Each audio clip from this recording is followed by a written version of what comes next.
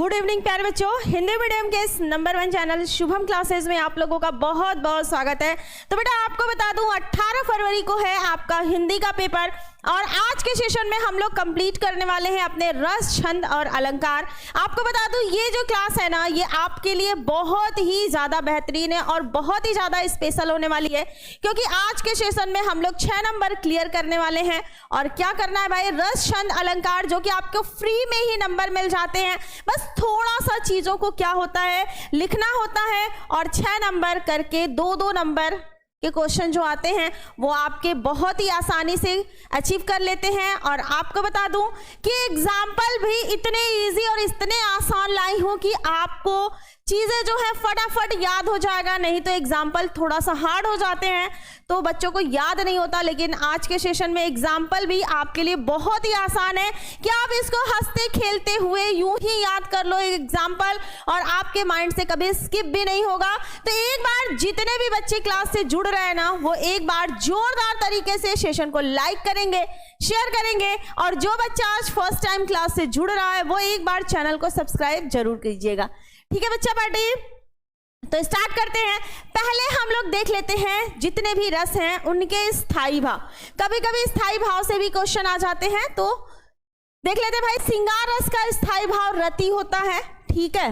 हास्य रस का स्थाई भाव क्या होता है भाई, हास होता है। करुण रस का स्थाई भाव शोक होता है। वीर रस का स्थाई भाव उत्साह।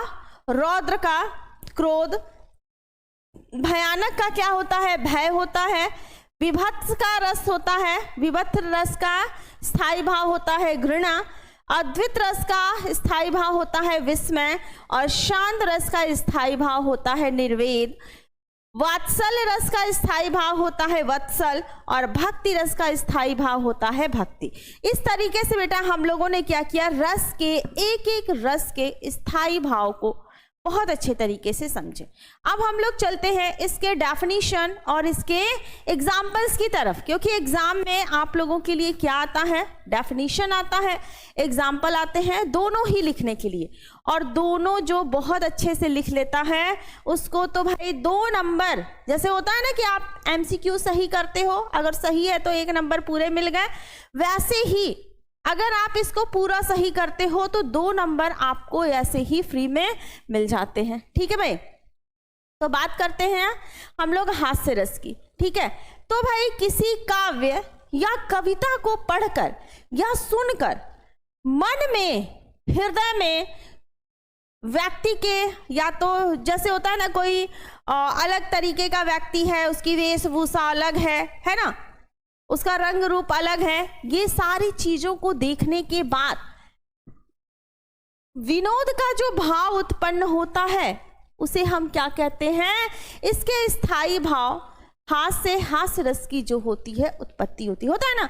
किसी भी आकृति या वेशभूषा या किसी के रंग रूप को, या कोई कहानी होता है, कोई चुटकुला होता है, उसको पढ़ने, देखने या सुनने के बाद हमारे मन में क्या होता है, हम तुरंत हंसने लगते हैं। अकेले में भी रहते हैं तो ऐसी चीजों को देखने के बाद हंसने लगते हैं, तो वहां क्या हो जाता है, हास्य रस हो जाता। एक एग्जांपल से हम लोग इसको देखते हैं भाई।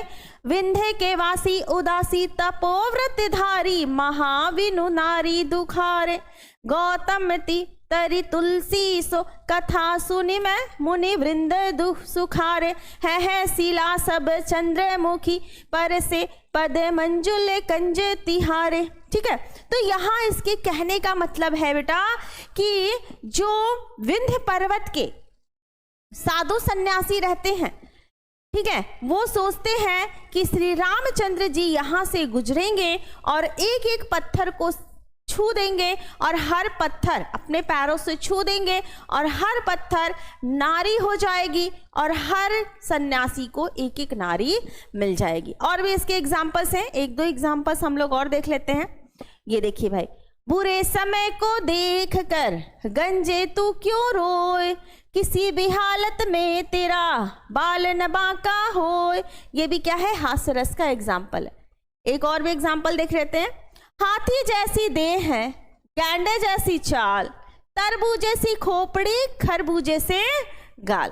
ठीक है भाई, फिर हम लोग देखते हैं, एक और भी देख लेते हैं भाई, शांत रस। ठीक है, शांत रस के बारे में हम लोग देख लेते हैं भाई। निर्वेद नामक शांत रस का क्या है भाई? निर्वेद नामक स्थायी भाव जब विभाव, अनुभाव और संचारी भाव से पूर्ण हो, रस की निष्पत्ति करता है, तो उस रस को क्या कहते हैं? शांत रस कहते हैं। ठीक है, उस रस को हम लोग क्या कहते हैं? शांत रस कहते हैं। बड़ा ही एग्जाम्पल, बड़ा ही प्यारा सा है। माटी कहे कुम्हार से तू क्यों रो दे मोय, माटी कहे कुम्हार से तू क्यों रो दे मोय, एक दिन ऐसा आएगा मैं रो दूंगी तो भाई ये सारे लाइन क्या है, ये सारे एग्जाम्पल्स क्या हैं? आप लोगों ने कहीं ना कहीं इसको सुना होगा, है ना? कहीं ना कहीं इसको सुना होगा। तो एग्जाम्पल क्या होते हैं ना बेटा, जब हम लोग चीजों को सुने रहते हैं ना, तो वो हमारे माइंड में तुरंत सेट हो जाता। अब ये क्या है भाई? ये दोहा है। ठीक है, तो ये अगर आप कहीं भी सुनते होगे तो तुरंत आपके माइंड में आ जाएगा, अरे यहां तो शांत रस है। ठीक है, तो ये आपका हो गया शांत रस।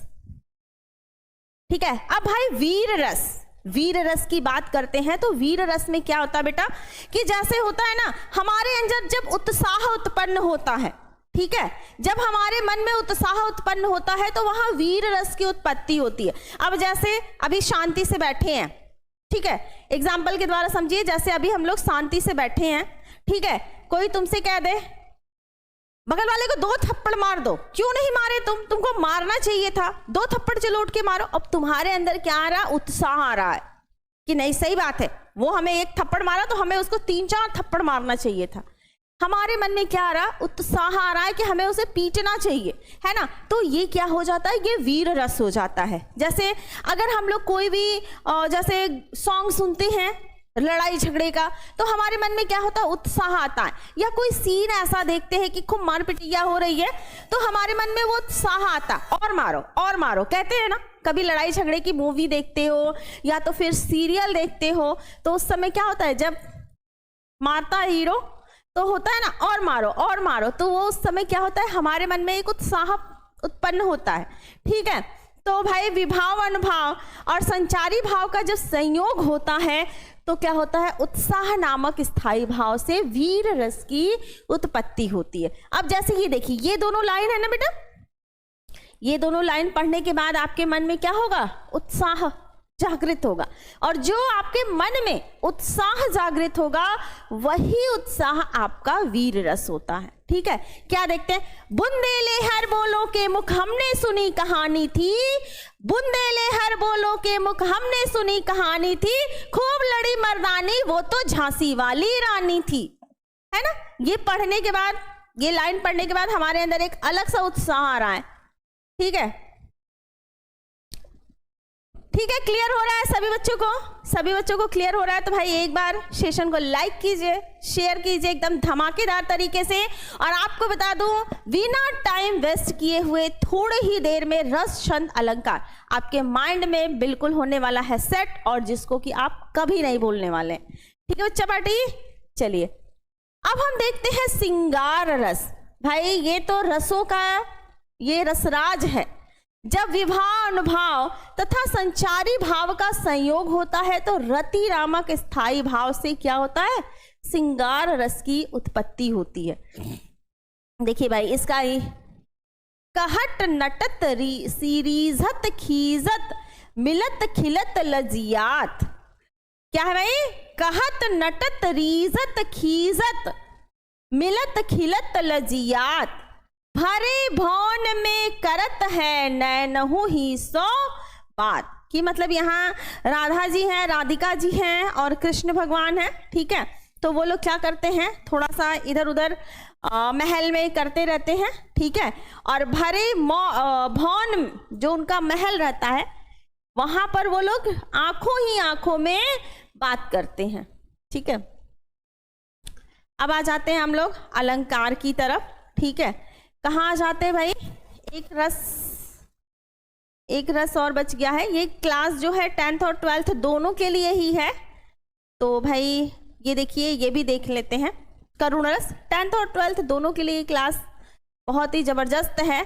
करुण रस 10th का है। तो भाई जब किसी काव्य या कविता को पढ़कर या सुनकर आश्रय के मन में बंधु विनाश, बंधु वियोग, द्रव्य विनाश होता है ना कि बच्चा जब हमारी कोई प्रिय वस्तु जब हमसे कहीं दूर जाती है, ठीक है, जब कोई प्रिय वस्तु हमसे दूर जाती है तो हमारे मन में दुख का भाव उत्पन्न होता है, ठीक है, और जो शोक का भाव उत्पन्न होता है वही होता है करुण रस, ठीक है, वो क्या होता है करुण रस। अब जैसे यहाँ पर है, मणि खोए भुजंग सी जननी फन सा पटक रही थी शीस, अंधी आज बना कर मुझको किया न्याय तुमने जगदीश।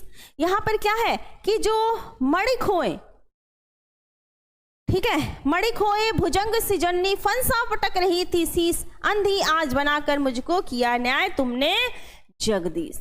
कहने का तात्पर्य ये है कि यहाँ पर जब श्रवण कुमार, यहाँ पे दो मीनिंग बेटा निकलते हैं, ठीक है, जब श्रवण कुमार अपने अंधे माता पिता के लिए जल लेने के लिए जाते हैं, ठीक है, जल लेने के लिए जाते हैं तो उस समय जो राजा दशरथ रहते हैं उनको मार देते हैं, हाथी समझकर वहां पे मर जाते हैं। और फिर दशरथ क्या करते हैं, पानी लेकर श्रवण कुमार के अंधे माता पिता के पास जाते हैं। तो जब उनको ये खबर सुनाते हैं तो उनकी माँ जो रहती हैं वो विलाप करने लगती हैं, रोने लगती हैं, ठीक है, इस समय का यहाँ पर सीन है। तो भाई हर बच्चों को, आई होप सभी को चीज़ें बहुत अच्छे तरीके से क्लियर हो रही होंगी। तो एक बार थम्स अप देकर हमें इन्फॉर्म कर दीजिए भाई कि आपको चीज़ें जो हैं बहुत अच्छे तरीके से समझ में आ रहा है, ठीक है। ये भी है, ये गाना, ये सॉन्ग तो आप लोग हमेशा ही सुनते होंगे, ऐ मेरे वतन के लोगों जरा आँख में भर लो पानी, जो शहीद हुए हैं उनकी जरा याद करो कुर्बानी। जब घायल हुआ हिमालय खतरे में पड़ी आजादी, जब तक थी सांस लड़े वो फिर अपनी लाश बिछा दी। मतलब ये सॉन्ग सुनने के बाद हम लोग क्या हो रहे हैं, बहुत दुखी हो जा रहे हैं, बड़े मायूस हो जा रहे हैं कि नहीं। ये सॉन्ग सुनने के बाद हम लोग क्या होते हैं, दुखी हो जाते हैं। और जब पूरा सॉन्ग सुनो ना, बड़े ही मतलब अपने माइंड को एकदम सेट करके सुनो ना, तो पूरा सॉन्ग सुनते सुनते तो रोने वाले रो देते हैं भाई, ठीक है। तो ये क्या है, यहाँ पर क्या हो रहा है भाई, शोक का भाव उत्पन्न हो रहा है, तो वो हमारा क्या हो जाता है, करुण रस हो जाता है। अब कहीं भी अगर आपके एग्जाम में ये एग्जाम्पल लिखने को आ जाए तो क्या भैया आप लोग लिख नहीं पाओगे, बड़े ही आसानी से लिख पाओगे। इससे आसान तो मुझे लगता ही नहीं है कि आपको कहीं एग्जाम्पल देखने को भी मिलने वाले हैं, ठीक है भाई। अब हम लोग चलते हैं भाई साहब अलंकार की तरफ, ठीक है, अलंकार की तरफ। तो अलंकार कितने प्रकार के होते हैं बेटा, अलंकार जो होते हैं ना, दो प्रकार के अलंकार होते हैं, ठीक है भाई। हाँ भाई, सभी का मैं देख रही हूँ कमेंट सेशन में मैसेज आता जा रहा है, तो भाई सभी को आई होप चीज़ें जो हैं बहुत अच्छे तरीके से क्लियर हो रही हैं, ठीक है, होनी भी चाहिए, ठीक है। तो अलंकार कितने प्रकार के होते हैं बेटा, अलंकार जो होते हैं दो प्रकार के होते हैं। कौन कौन से होते हैं, एक होता है शब्दालंकार, ठीक है, एक होता है शब्दालंकार और एक होता है अर्थालंकार, ठीक है। एक होता है शब्दालंकार और एक होता है अर्थालंकार। शब्दालंकार क्या होता है, जिससे कि शब्दों की शोभा बढ़ जाए, और अर्थालंकार जिससे वो अर्थ को बढ़ा देता है, ठीक है। तो शब्दालंकार में आता है अनुप्रास आता है, यमक आता है, श्लेष आता है, ठीक है। ये क्या हो जाते हैं हमारे शब्दालंकार, क्या हो जाते हैं, ये तीन प्रकार के होते हैं। कौन कौन से, अनुप्रास, यमक और श्लेष, ठीक है। कौन कौन से हो जाते हैं,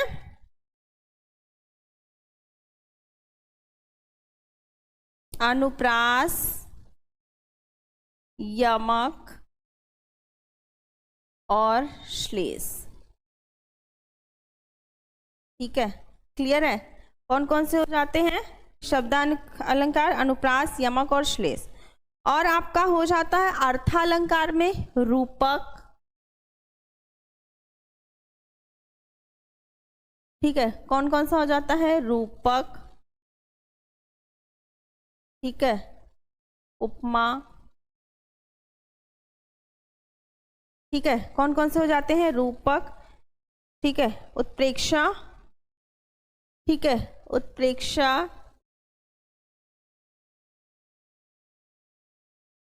भ्रांतिमान, ठीक है भाई, क्लियर हो रहा है? भ्रांतिमान, और एक आपका हो जाता है संदेह, ठीक है, और एक आपका हो जाता है, एक आपका हो जाता है संदेह, ठीक है। तो भाई इस तरीके से चीजें आपको क्लियर हैं। अलंकार क्या होता है? दो प्रकार का होता है, एक होता है शब्दालंकार और एक होता है अर्थालंकार। शब्दालंकार के अंदर बेटा हम लोग को क्या पढ़ना रहता है? अनुप्रास, यमक और श्लेष, इन तीनों को पढ़ना रहता है। और अगर हम बात करते हैं अर्थालंकार की तो इसमें हम लोगों को पढ़ना रहता है रूपक, उत्प्रेक्षा, उपमा, भ्रांतिमान और संदेह, ठीक है। तो सारे अलंकार को हम लोग step by step, one by one करके पढ़ते चले जाते हैं।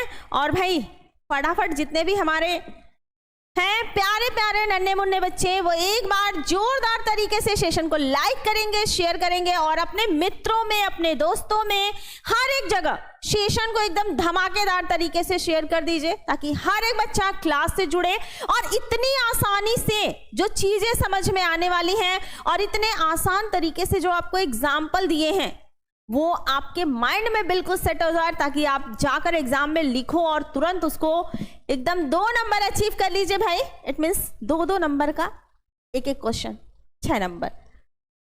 चलिए भाई, अगर हम बात करते हैं उपमा अलंकार की, ठीक है, पहले हम लोग बात करते हैं उपमा। जहां किसी वस्तु या व्यक्ति के किसी अन्य वस्तु या व्यक्ति के गुण धर्म, ठीक है, व्यक्ति के समान गुण धर्म के आधार पर तुलना किया जाता है, कंपैरिजन किया जाता है, ठीक है। जैसे कोई व्यक्ति है, उसके अंदर जो गुण धर्म है उसके गुण धर्म को किसी दूसरे व्यक्ति के साथ कंपेयर किया जाता है, तो वो कंपैरिजन ही क्या कहलाता है? उपमा अलंकार कहलाता है। जैसे देखिए, हरिपद कोमल कमल से पीपर पात सरिस मन डोला, ठीक है, ये भी है। आगे देख लेते हैं।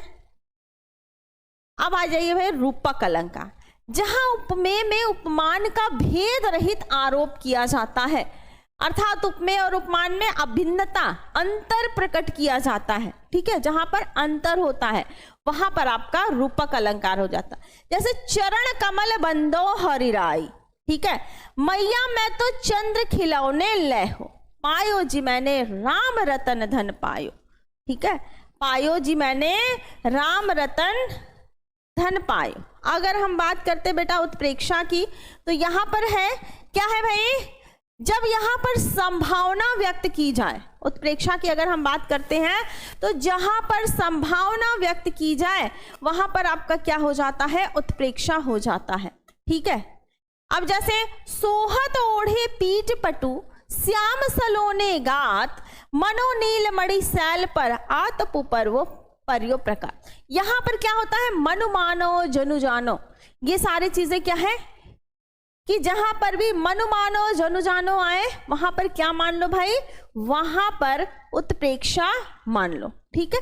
जहां पर भी मनु मानो जनु जानो आए वहां पर उत्प्रेक्षा मान लो। क्लियर है? चलिए आगे देखते हैं। अब आ जाता है, अब जैसे ये भी है, नेत्र मानो कमल है, मानो आ गया, सिर फट गया उसका वही मानो अरुण रंग का घड़ा हो, ठीक है। तो ये मनु मानो जनु जानो जहां आता है वहां यही सारी चीजें होती हैं। नेक्स्ट चलते हैं हम लोग अनुप्रास अलंकार। ये बहुत ही इंपॉर्टेंट है, बहुत ही जबरदस्त क्वेश्चन है भाई। जहां पर किसी व्यंजन वर्ण की आवृत्ति बार बार आती है वहां पर अनुप्रास, व्यंजन वर्ण, ठीक है, जहां पर किसी व्यंजन वर्ण की जो आवृत्ति है बार बार दोहराई जाती है वहां पर क्या हो जाता है? आपका अनुप्रास अलंकार हो जाता है। जैसे देखिए, तरनी तनुजा तट तमाल तरुवर बहु छाए। त बार बार दोहराया जा रहा है, ठीक है। कोमल कलाप कोकिल कमलीय कूकती, ठीक है। रघुपति राघव राजा राम, र बार बार आ रहा है। या तो ये भी होता है, चारू चंद्र की चंचल किरणें खेल रही जल तल थल में। चारू चंद्र की चंचल किरणें, ये देखिए एक ये भी है, ठीक है। ये भी एग्जाम्पल बहुत ही इजी है। चारू चंद्र की चंचल किरणें, ठीक है। अब यहां देखिए च चारू चंद्र की चंचल किरणें खेल रही हैं जल थल में, ठीक है। क्लियर है सभी बच्चों को? क्लियर है तो भाई एक बार थम्स अप तो बनता है। फटाफट हर एक बच्चा जो है वो थम्स अप देता रहेगा और धमाकेदार तरीके से सेशन को लाइक करते रहिए, शेयर करते रहिए और हमारे साथ बने रहिए बिल्कुल सेशन के एंड तक, क्योंकि चीजों को आज की क्लास में ही क्लियर करना है। क्योंकि आज की क्लास में जब आप क्लियर करोगे चीजों को, तभी जाकर 18 फरवरी की क्लास में आप बहुत अच्छे तरीके से लिख कर आओगे। क्लियर है? और बेटा जब भी एग्जाम्पल लिखना तो उसके लिए ब्लैक पेन का यूज करना। नेक्स्ट चलते हैं यमक अलंकार। जब एक ही शब्द, ठीक है, जब एक ही शब्द दो या अधिक बार आए, ठीक है, जब एक ही शब्द दो या दो से अधिक बार आए तो वहां पर हर बार अर्थ क्या हो जाता है? अलग अलग हो जाता है, ठीक है। यहां पर क्या है भाई, एक शब्द जो है एक या अधिक बार आ रहा है, लेकिन उसका अर्थ जो हो जा रहा है ना, अलग अलग हो जा रहा है। जैसे देखिए, कनक कनक ते 100 गुनी मादकता अधिकाय, वा खाए बौराए जग या पाए बौराए जग। एक कनक मतलब क्या हो रहा है? एक कनक मतलब होता है बेटा धतूरा, ठीक है। एक कनक मीन्स धतूरा होता है और एक कनक मीन्स सोना होता है, सोना गोल्ड, ठीक है। सोना को स्लिपिंग नहीं, सोना गोल्ड की बात कही जा रही। तो एक सोना मतलब होता है धतूरा और एक सोना का मतलब होता है, और सॉरी, एक कनक का मतलब होता है सोना और एक कनक का मतलब होता है धतूरा।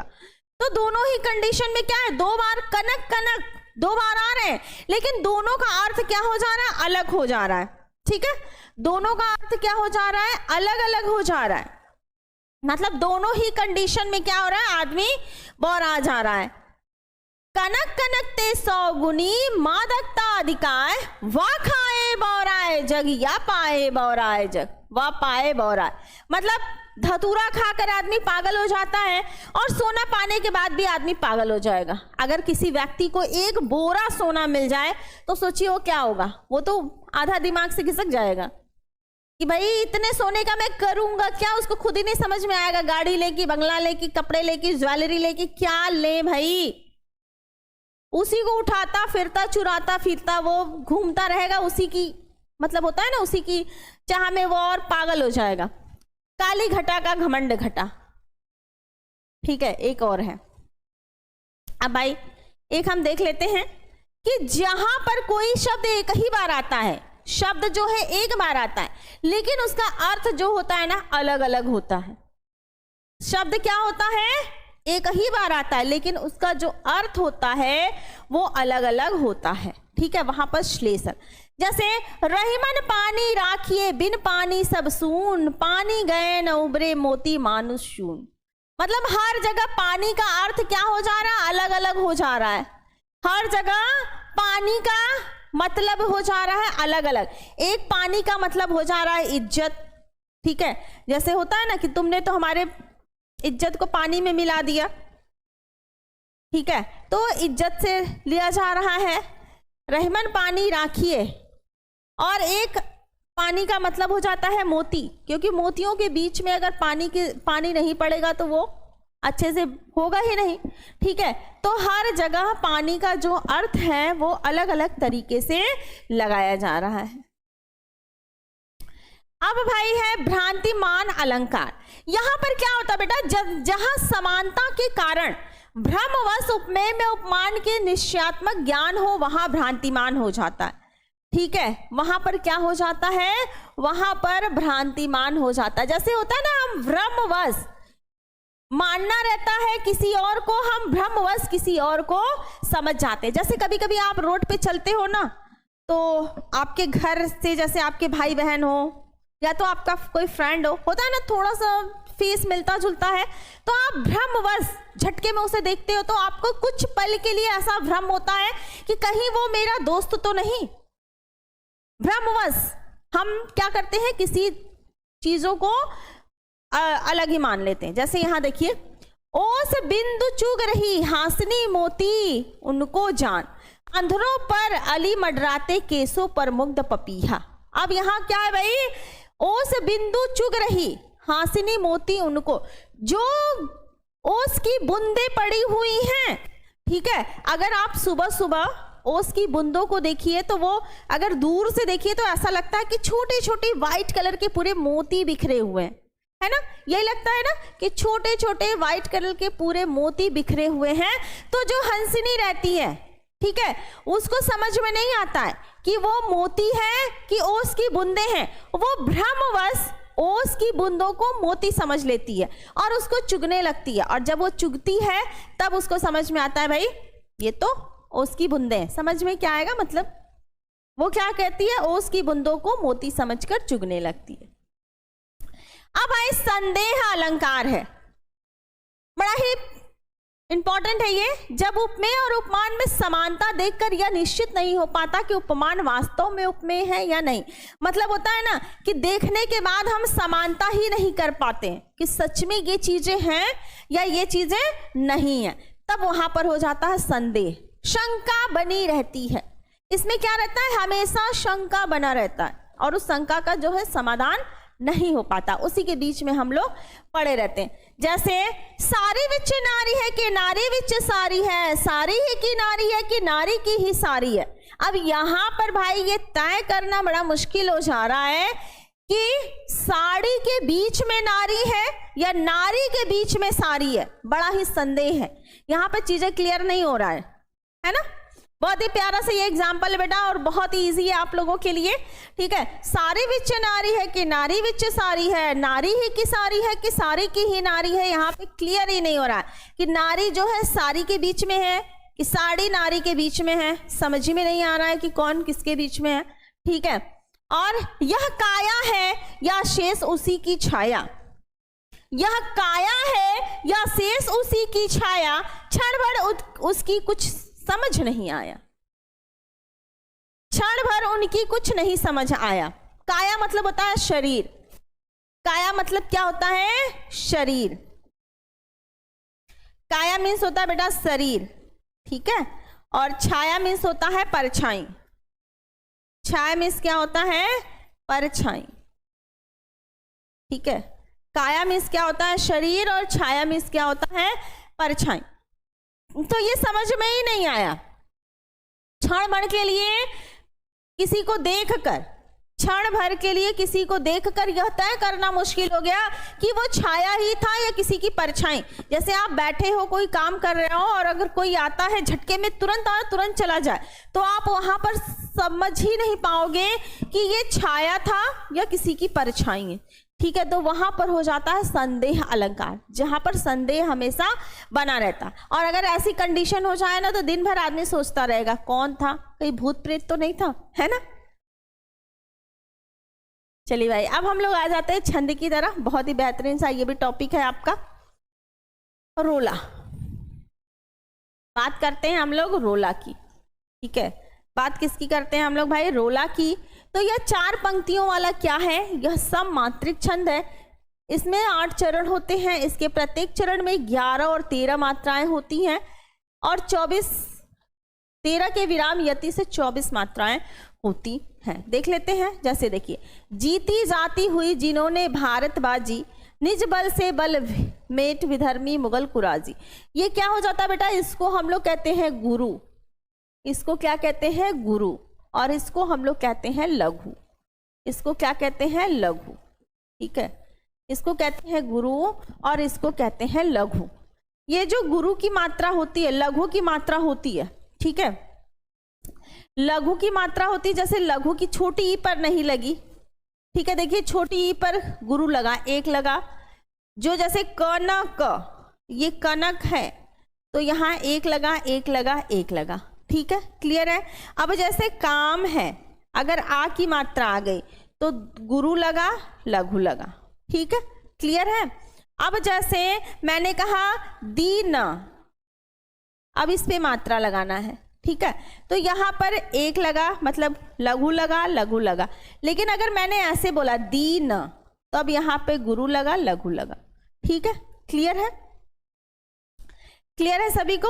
यहाँ पर क्या है बेटा कि जहां पर छोटी ई या तो साधारण जैसे कमल, नयन ऐसे शब्द आते हैं जिसपे कोई मात्रा नहीं लगती, वो एक ही मात्रा है, ऐसे सब जगह क्या हो जाते हैं कि गुरु लगता है, बाकी जगह लघु लगते हैं, अरे सॉरी लघु लगता है, गुरु लगते हैं, ठीक है। जैसे छोटा ऊ की मात्रा है तो वहां पर गुरु लघु लगेगा, बड़ा ऊ की मात्रा है तो वहां पर गुरु लगेगा, ठीक है, क्लियर है। जैसे यहाँ देखिए मुगल, अब यहाँ पर मुगल है, म पर छोटा ऊ की मात्रा है तो क्या लगा, लघु लगा। लेकिन यहाँ पर देखिए कुराजी, अब देखिए कु है तो लघु लगेगा, र पर आ की मात्रा हो गई तो गुरु लगा, और जब पर बड़ी की मात्रा हो गई तो गुरु लगा। अगर यही जब पे छोटी की मात्रा रहती तो क्या लगता, लघु लगता, ठीक है। तो ये भी आपको क्लियर हो गया होगा। जैसे देखिए छत्रपति, छत्रपति में क्या हो गया, पति, यहां पे क्या लगा, लघु लगा है, ठीक है।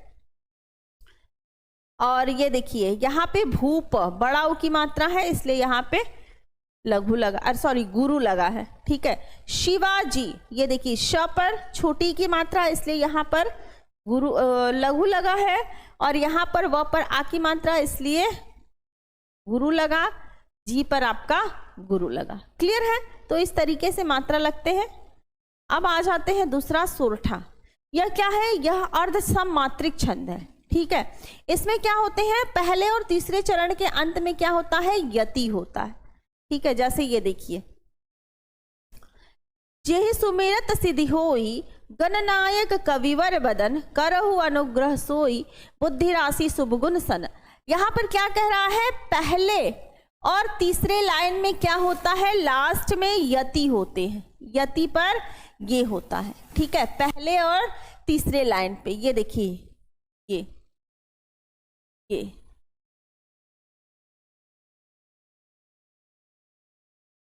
ये देखिए, ये पहला लाइन है और तीसरा लाइन है, ठीक है। क्या कह रहा है, हमारा डेफिनेशन में ही क्या कह रहा है, अंत में गुरु और लघु होते हैं। पहले क्या होगा, गुरु होगा और लघु होगा, कहां पर, पहले और तीसरे चरण में। ये देखिए ये पहला चरण हो जाता है और ये आपका तीसरा चरण हो जाता है, ठीक है। तो यहाँ पर क्या होगा, ये गुरु हुआ और ये लघु, ये गुरु और ये लघु। जहां पर ऐसी चीजें मिल जाती हैं वहां पर आपका सोरठा हो जाता, ठीक है, क्लियर है। आगे हम बात करते हैं भाई दोहा और छंद की, ठीक है। परिभाषा देखते हैं, यह क्या होता है, दोहा भी क्या है, अर्ध सममात्रिक छंद है। इसमें 4 चरण होते हैं और इसके सम चरणों में क्या होती हैं, 11 मात्राएं होती। सम चरण मतलब होता है बेटा दूसरा और चौथा चरण, ठीक है। विषम चरणों में 13 मात्राएं होती हैं और दूसरे चरण की चौथे चरण से यति हर एक चरण के अंत में। जैसे कारज धीरे होत है, काहे होत अधीर, समय पाए तरुवर फरे, केतक सींचो नीर, ठीक है। नेक्स्ट देखते हैं कुंडलियां। कुंडलियां भी क्या है, यह विषम मात्रिक एवं संयुक्त छंद, ठीक है। इस छंद का निर्माण दोहा और रोला के संयोग से होता है, इसलिए इसे हम क्या कहते हैं, संयुक्त छंद कहते हैं। इसका जो कुंडलियां होता है इसका निर्माण किससे होता है बेटा, दोहा और रोला, ठीक है। दोहा और रोला इन दोनों के संयोजक से क्या बनता है, कुंडलियों का निर्माण होता है, ठीक है। बहुत इजी है। ये कैसे होता है, रोला और दोहा, ठीक है। जब रोला और दोहा दोनों आपस में मिलते हैं तो इससे क्या होता है, कुंडलियों का निर्माण होता है, जो कुंडलियां होती हैं, ठीक है। इसमें 6 चरण होते हैं, ठीक है। आरंभ में दोहा और पश्चात में 2 छंद रोला के होते हैं।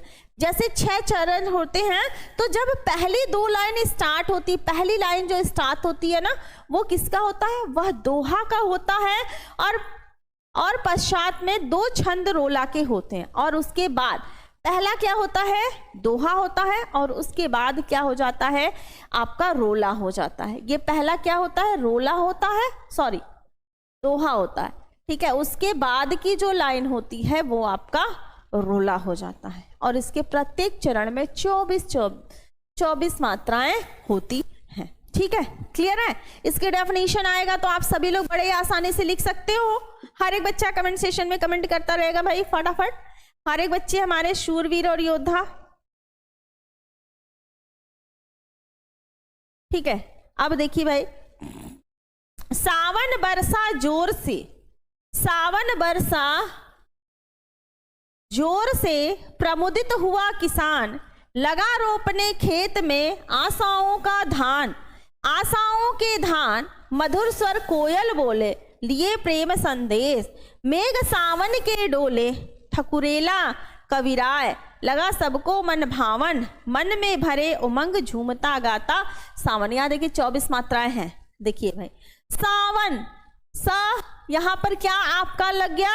सावन, ये लग गया आपका गुरु लघु लघु, ठीक है। बरसा एक एक लग गया यहाँ पर गुरु। जोर ओ की मात्रा है, इसलिए लगा आपका गुरु, फिर लघु। से पर लगा आपका गुरु। प्रमुदित, यहाँ सब जगह आपका एक एक मात्रा लगेगी। हुआ छोटा ओ की मात्रा है, इसलिए लघु। आ की मात्रा इसलिए गुरु। किसान छोटी ई की मात्रा है, इसलिए क्या लगा? लघु। और यहाँ पर गुरु और यहाँ लघु। इसको काउंट कर लीजिए। इसको बेटा एक बात तो बताना ही भूल गए, ये जो लघु होता है गुरु होता है, ठीक है। गुरु होता है जब हम गिनती को काउंट करते हैं ना, तो वहां इसको 2 मानते हैं, ठीक है। और बाकी लघु जो रहता है वो एक ही रहता है। जैसे आप देखिए 2 3 4 5 6 7 8 9 10 11 12 13 14 15 16 17 18 19 20 21 22 23 24, ठीक है। 24 मात्रा हो गई। क्लियर है? 24 मात्राएं हो गई, ठीक है। सभी को क्लियर है? कितनी मात्राएं हो गई? 24 मात्राएं आपकी हो गई, ठीक है। तो इस तरीके से भाई आपको क्या हुआ, एक और देख लेते हैं। चौपाई, 4 चरण वाले इस सम मात्रिक छंद के प्रत्येक चरण में क्या होती है? 16 मात्राएं होती हैं। चौपाई जो होता है ना, इसके प्रत्येक चरण में 16 मात्राएं होती हैं। और चरण के अंत में जगण अथवा तगण होता है। जगण होता है और तगण होता है, सॉरी जगण और तगण नहीं होता है। प्रथम तथा द्वितीय चरणों में तुक समान होता है। प्रथम और द्वितीय चरणों में, प्रथम और द्वितीय, ये प्रथम चरण है और ये द्वितीय चरण है, ठीक है। जैसे देखिए यहाँ पर है ना, बान जाने खाने, यहाँ तुक, तुक मतलब होता है जो प्रोनाउंसिएशन होता है, वो क्या होते हैं? वो समान होते हैं, ठीक है। तो ये भी आपको क्लियर हो गया होगा, चौपाई भी। तो आई होप आपको रस, छंद और अलंकार बहुत अच्छे तरीके से समझ में आ गया है। बेटा एग्जाम्पल बहुत आसान है, बहुत इजी है। आप इन्हीं एग्जाम्पल्स को लिखिएगा और जब भी एक्सप्लेन एग्जाम्पल को कीजिएगा आप ब्लैक पेन का यूज जरूर कीजिएगा, ठीक है बच्चा पार्टी। तो आई होप आप सभी लोग एकदम अच्छे तरीके से चीजों को तैयार कर लिए हैं, ठीक है। तो मिलते हैं हम लोग नेक्स्ट क्लास में। Thank you.